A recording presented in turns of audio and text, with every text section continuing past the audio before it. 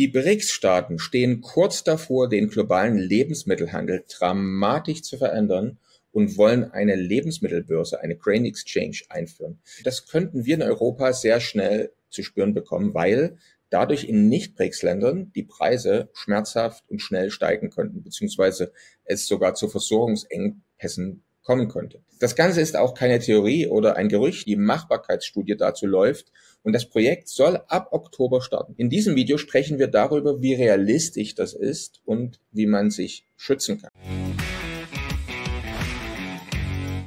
Herzlich willkommen bei Perspektive Ausland. Mein Name ist Daniel Taborek und wir verfolgen hier ja politisch neutral, aber sehr aufmerksam und interessiert die Entwicklung der BRICS-Allianz und die CBDC, also digitalen Bargeldprojekte, weil beides enorme Auswirkungen auf Deutschland und die EU als Wohnsitz oder Geschäftssitz haben können. Uns sprechen ja Mandanten, die auf der Suche nach einem neuen Wohnsitzland oder Geschäftsstandort sind, immer wieder an und wollen wissen, welche Länder wir empfehlen, welche Länder eine höhere Sicherheit, bessere Chancen oder mehr Freiheit bieten als Deutschland zum Beispiel. Das ist übrigens sehr interessant, denn noch vor 1-2 Jahren ging es in erster Linie darum, wo gibt's niedrige Steuern beispielsweise. Natürlich Sicherheit war immer schon ein großes Thema, aber wo man zum Beispiel dem Militärdienst entgehen kann oder wo man mehr Freiheit hat, das war oftmals in den letzten Jahren weniger ein Thema. Dabei wird immer wieder nachgefragt, ob ein Land, das man auswandern möchte, und das ist jetzt eben neu, zu den BRICS-Staaten gehört oder Absichten hat,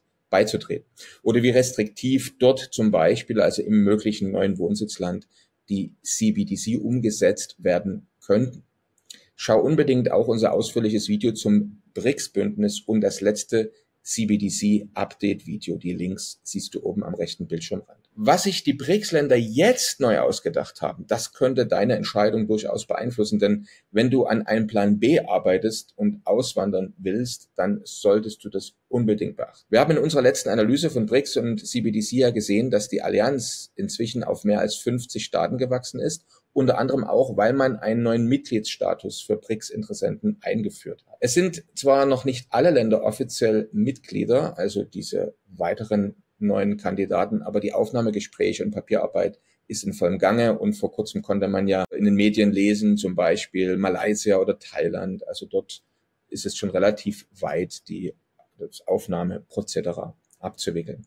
Und die Zahl der interessierten Länder wächst eben immer weiter. Und wir haben das mal selbst nachgerechnet. Die BRICS-Staaten inklusive den neuen schon bekannten künftigen Mitgliedern stellen aktuell 58,9% der Weltbevölkerung und 48,9% des weltweiten BIP. 36% übrigens der weltweiten Erdölvorkommen und 35% des weltweiten Erdgasvorkommens liegt in BRICS-Ländern.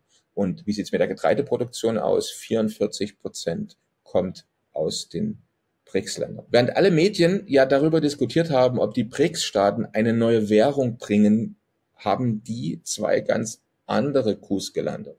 Erstens haben die eine weltweite eigene Zahlungsplattform, nämlich mBridge, auf die Beine gestellt, die auch schon benutzt wird.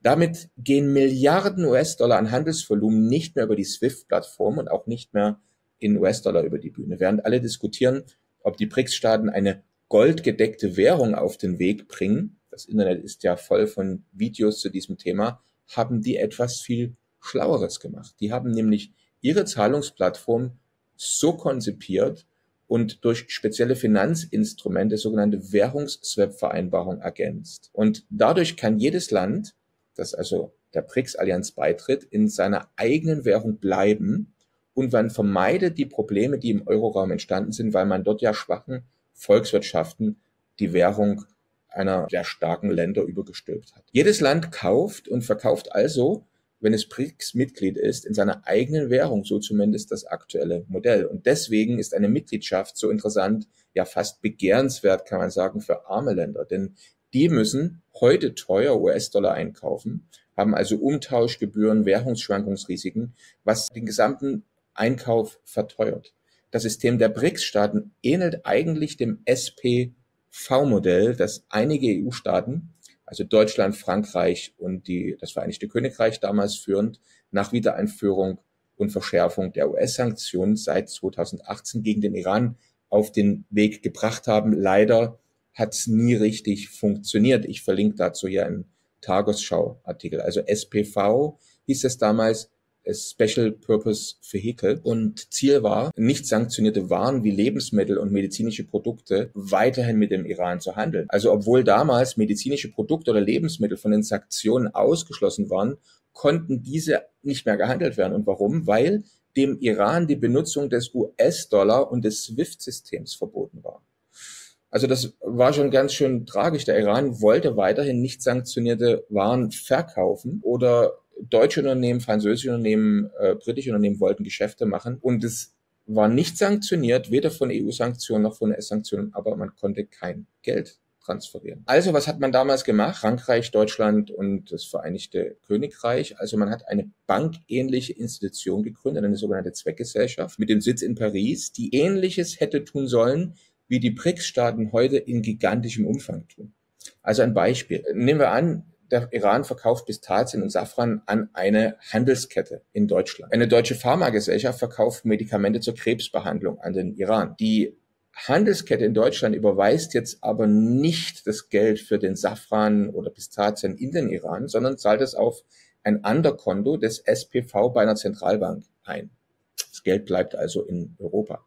Das iranische Krankenhaus, das Krebsmedikamente kauft, überweist auch kein Geld nach Deutschland beispielsweise, sondern überweist im Iran auf ein Konto einer nicht sanktionierten Privatbank. Wie bekommt jetzt jeder sein Geld? Also die deutsche Pharmafirma erhält das Geld, das vom Safran-Pistazienkauf der Handelskette auf dem Zentralbankkonto in Europa liegt. Und die Lebensmittelfirma im Iran, die ja Safran und Pistazien geliefert hat, beispielsweise nach Deutschland oder ein anderes europäisches Land, erhält eben jetzt das Geld, das das Krankenhaus, das Krebspräparate gekauft hat, auf das iranische Konto hinterlegt hat. So wird also jetzt ebenfalls oder sollte ebenfalls das SWIFT-System nicht gebraucht werden und auch kein US-Dollar. Im Iran hat es nicht funktioniert, weil fast alle deutschen Firmen oder auch europäische Firmen Angst hatten, den US-Markt zu verlieren und deswegen komplett aus der Belieferung oder aus dem Handel mit iranischen Unternehmen ausgestiegen sind, selbst dann, wenn es sich um nicht sanktionierte Waren gehandelt hat. Aber jetzt zurück zur BRICS-Allianz. Hier ist ein eigenes Ökosystem mit einem bereits existierenden Handelsvolumen lediglich von der US-Dollar-SWIFT-Welt auf das neue mBridge-System übertragen worden. Außer der internationalen Plattform haben China, Russland und Iran die nationalen Banksysteme miteinander verbunden und akzeptieren zum Beispiel jetzt auch Bankkarten der Partnerstaaten an Geldautomaten in ihren Ländern. China hat bereits ein jährliches Handelsvolumen von 582 Milliarden US-Dollar komplett vom SWIFT-System auf die eigene Landeswährung und das eigene Zahlungsplattformsystem umgestellt. Für den Fall übrigens, dass ein Handelsdefizit für ein BRICS-Land entsteht, also ein Land kauft mehr, als es verkauft, das könnte bei ärmeren Ländern ja schnell passieren, wurde zu Beginn eine Einlage durch alle beteiligten Staaten getätigt. Und die BRICS-Bank hat also die New Development Bank gegründet und hier wurden 50 Milliarden US-Dollar Einlagen eingezahlt, die noch auf 100 Milliarden US-Dollar erhöht werden sollen. Aber die BRICS-Staaten haben noch weitere Pläne, über die wir heute sprechen wollen, nämlich die Grain Exchange, also eine internationale Lebensmittelbörse, möglicherweise sogar, auch das hört man neuerdings, eine Energiebörse. Für Ersteres soll noch in diesem Jahr, wie gesagt, der Startschuss fallen. Im Oktober ist ja das Jahrestreffen in Kasan in Russland. Und was ist jetzt das Besondere an dieser neuen Getreidebörse und welche Auswirkungen kann es konkret für uns in der Europäischen Union haben? Es soll also ein digitaler Marktplatz entwickelt werden, über die Käufer direkt vom Produzenten und Exporteuren weltweit Lebensmittel kaufen können. Und das Besondere dabei, BRICS-Mitglieder benötigen dafür keine US-Dollar, kein Euro, sondern kaufen und verkaufen ihre eigenen lokalen Landeswährung. Es gibt ja bereits Grain Exchange, zum Beispiel Chicago Board of Trade. Hier wird aber eben ausschließlich in US-Dollar gehandelt und die Preise werden bestimmt, gehen also hoch und runter, je nachdem, was in den westlichen Märkten passiert. Wenn also westliche Länder höhere Energiekosten haben oder irgendwelche schlechten Entwicklungen dort laufen, dann steigen oder fallen halt die Preise und afrikanische Länder kaufen ihr Getreide oder andere Lebensmittel, landwirtschaftliche Erzeugnisse teuer ein. Die Grain Exchange, die die BRICS-Staaten auf die Reise bringen wollen, die verspricht hier eine völlige Unabhängigkeit von politischer Einflussnahme und vor allem von Währungsrisiken. Es werden konkret folgende Kostenfaktoren eliminiert. Erstens, es gibt keine Zwischenhändlerkosten und Aufschläge. Zweitens, es gibt keine Umtauschgebühren für US-Dollar beim Käufer und beim Verkäufer, der das ja wieder zurücktauschen müsste. Es gibt keine Risiken von Währungsschwankungen für den Verkäufer und für den Käufer. Und die Zahlung ist eben über die mBridge-Zahlungsplattform abzuwickeln anstelle von SWIFT, was viel schneller und viel preiswerter funktionieren soll. Außerdem haben eben Sanktionen keine Auswirkung auf den Lebensmittelhandel. Ländern, denen beispielsweise verboten ist, den US-Dollar zu nutzen, wie Venezuela oder Iran oder Russland, die müssen heute mit sehr hohen Kosten oder Verlusten eben besonders auch Lebensmittel, landwirtschaftliche Produkte kaufen oder verkaufen. Das trifft leider besonders arme Länder sehr, sehr hart, die dann eben von hohen Aufschlägen, Risikoaufschlägen etc. betroffen sind. Noch vor dem BRICS-Jahrestreffen im Oktober in Kasan soll eben die Machbarkeitsstudie für die digitale landwirtschaftliche Produktbörse oder Grain Exchange fertiggestellt sein und man will die Umsetzung beschließen und sofort in Angriff nehmen. Kritiker warnen und geben zu bedenken, dass eine solche Börse ähnlich wie die OPEC den Ölpreis beeinflusst, dann auch Lebensmittelpreise beeinflussen könnte. Der Vergleich hinkt aber, da die OPEC ja die Preise beeinflusst, indem sie die Produktionsmenge anpasst. Und diese Möglichkeit zumindest bietet ja die Getreidebörse nicht. Also man hat da keinen Einfluss auf das Wetter und kann die Produktion oder den Ausstoß oder das Vorhandensein und Wachstum von landwirtschaftlichen Produkten beeinflussen. Wieso betrifft uns das jetzt aber? Warum muss uns das eigentlich in der EU interessieren? Also die aktuellen BRICS-Länder produzieren ja 44% des weltweiten Getreides und verbrauchen selber 42%. Man kann also davon ausgehen, dass die BRICS-Länder den größten Teil in ihrem eigenen Ökosystem handeln werden. Also das, was sie produzieren, bleibt dann im eigenen Ökosystem. Weil ohne Währungsrisiken und Tauschgebühren erzielen die so die besten Einkaufspreise, wenn man also was kaufen will, und Verkäufer die besseren Margen. Und über das BRICS-Zahlungssystem und Tauschbörsensystem haben die ihr Geld eben viel schneller, vielleicht am gleichen Tag, als vergleichbarerweise mit dem SWIFT-System. Und arme Länder, die viel im BRICS-Verbund kaufen, da häuft sich dann ja auf der New Development Bank Geld in ihrer lokalen Währung an. Die bekommen, je mehr sie im BRICS-Verbund kaufen, desto mehr und einfacher dann auch Kredite für Entwicklungsprojekte in ihrem eigenen Land. Auch das wird sie motivieren, viel im eigenen BRICS-Ökosystem zu bleiben und eben nicht mehr außerhalb zu kaufen.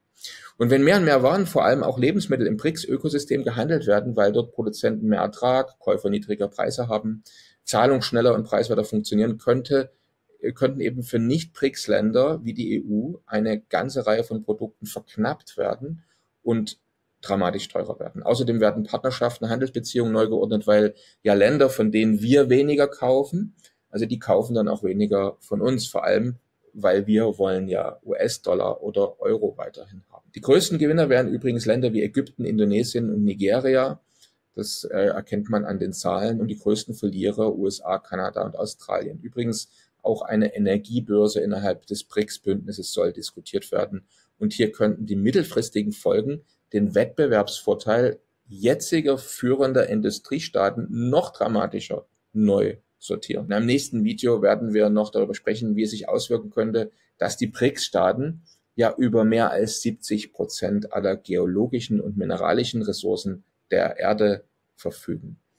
Und da stellt sich die Frage, wie sich beispielsweise, nehmen wir mal an, die Preise für einfache Batterien bei uns in Zukunft entwickeln, aber dazu gibt es ein gesondertes Video. Wenn du also gerade dabei bist, dir einen Plan B Wohnsitz oder einen neuen Geschäftssitz zu suchen, kann es durchaus sinnvoll sein, zu prüfen, ob dieses Land im BRICS-Verbund ist oder Ambitionen hat, da zu gehören in der Zukunft. Niemand hätte zum Beispiel gedacht, dass die Vereinigten Arabischen Emirate sich den BRICS-Staaten anschließen und jetzt auch Öl gegen andere Währungen bereit sind zu handeln. Und das ist eben die Praxis. Je nachdem, in welchem geschäftlichen Bereich du tätig bist, was du so vorhast, kann es vorteilhaft sein, natürlich im BRICS-Bereich zu wohnen oder eben auch den BRICS-Bereich zu meiden. Und mit der geplanten Grain Exchange ist es sogar wahrscheinlich, dass Lebensmittel in BRICS-Ländern besser verfügbar oder preiswerter sein könnten. Damit ist selbst für den Ruhestand ein BRICS-Land gar keine schlechte Option. Auch Energiekosten könnten dort künftig stabiler und niedriger sein. Wie gesagt, über eine Energiebörse wird im nächsten Schritt auch schon diskutiert. Auf der anderen Seite kann man sicher sein, dass die Denkfabriken und klugen Köpfe der anderen Partei, also der Nicht-BRICS-Länder, auch Strategien entwickeln und ihre Wettbewerbsvorteile versuchen, koste es, was es wolle, zu erhalten. Ich habe das Thema mal mit ChatGPT diskutiert. Also die Frage, wie könnten die anderen Staaten, insbesondere die USA, jetzt darauf reagieren, dass die BRICS-Staaten so eine Grain Exchange planen. Und interessanterweise führten am Ende alle möglichen Reaktionen und Gegenmaßnahmen doch wieder zu einer Stärkung der BRICS-Gruppe. Also es scheint, also so schien es auch für ChatGPT zu sein, falls die Grain Exchange kommt, ausweglos zu sein, dass diese Allianz einfach durch das große Produktions- und Handelsvolumen, das da schon da ist, eigentlich, egal was man auf der anderen Seite unternimmt, stärker und stärker und stärker wird. Aber warten wir ab und hoffen wir, dass man hier nicht auf den letzten Ausweg, nämlich einen Krieg, zurückkommt. Leider war das oft in der Weltgeschichte so und sogar in der Bibel wird ein solches Szenario sehr eindrucksvoll beschrieben. Viele unserer Mandanten wollen aber nicht abwarten und Tee trinken und sind jetzt auf der Suche, wollen jetzt konkret etwas tun, also suchen jetzt einen Plan B, ein alternatives Wohnsitzland zum Beispiel, in dem es auch keine Wehrpflicht, keine Armee gibt, weil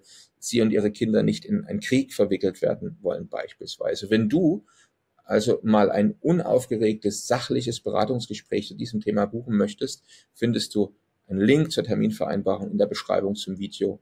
Und hier verraten wir dir unter anderem auch, wie du beispielsweise ganz legal Staatsbürger eines Landes ohne Armee werden kannst und trotzdem mit der ganzen Familie in der EU leben kannst, aber eben einem Militärdienst entgehen könntest. Und wir können uns auch mal Länder anschauen, in denen man einen Aufenthaltstitel beantragen kann, dort möglicherweise aber eben die Einschränkung von CBDC etwas weniger zu spüren bekommt in Zukunft.